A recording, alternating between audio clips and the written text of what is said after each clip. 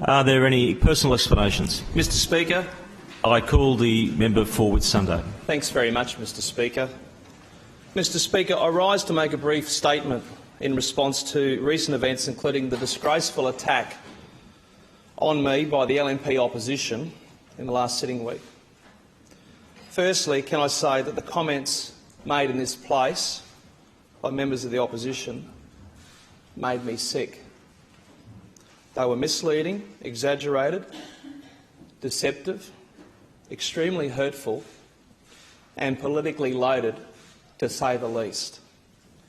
In relation to the complaint received by the LNP regarding what supposedly happened in Victoria last month, I will say this.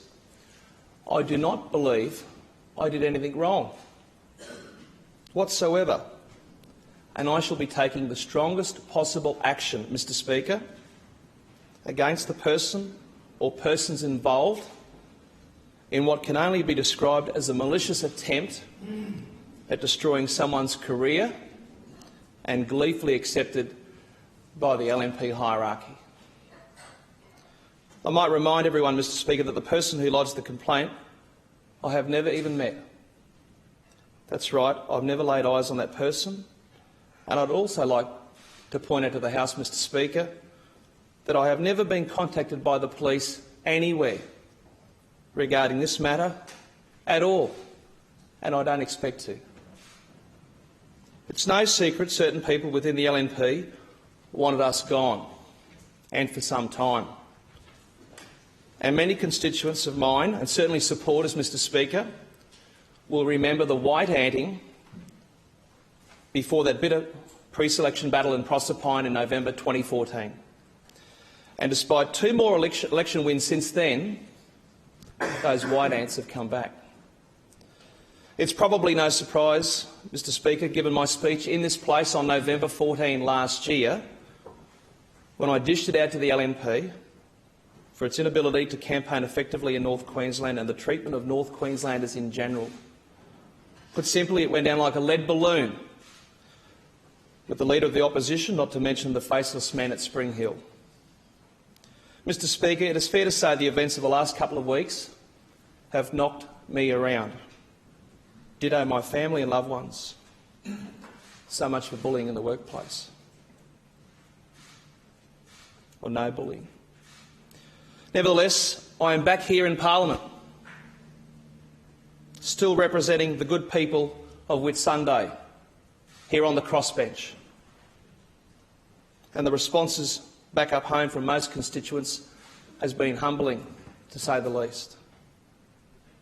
To these people I say thanks, and I will continue to fight for my constituents, regardless of what's happened and where I sit in this chamber. I might add more and more LNP party members, Mr Speaker, are disappearing. The number of resignations approaching 40 this morning between Mackay and Bowen, which is in stark contrast to the big talk up in Whitsunday last week by the current Deputy Opposition Leader. Mr Speaker, I'm surprised he even knew where to go. After all, the member for Everton had not even bothered to come to Whitsunday since he beat me for the position of Deputy Leader. Yes, it took him 14 months to come to Whitsunday. In conclusion, I've never proclaimed to be perfect, and if I have offended anyone, I most sincerely apologise. That said, I will take up the fight to clear my name, Mr Speaker, and stare down anyone who tries to tarnish it. And guess what, Mr Speaker? I have no intention of going anywhere. And I look forward to taking the fight up to the major two parties at the next state election. Thank you, Mr Speaker.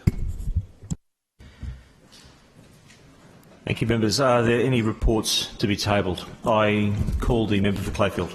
Thank you, Mr Speaker. Mr Speaker, just on indulgence, before I table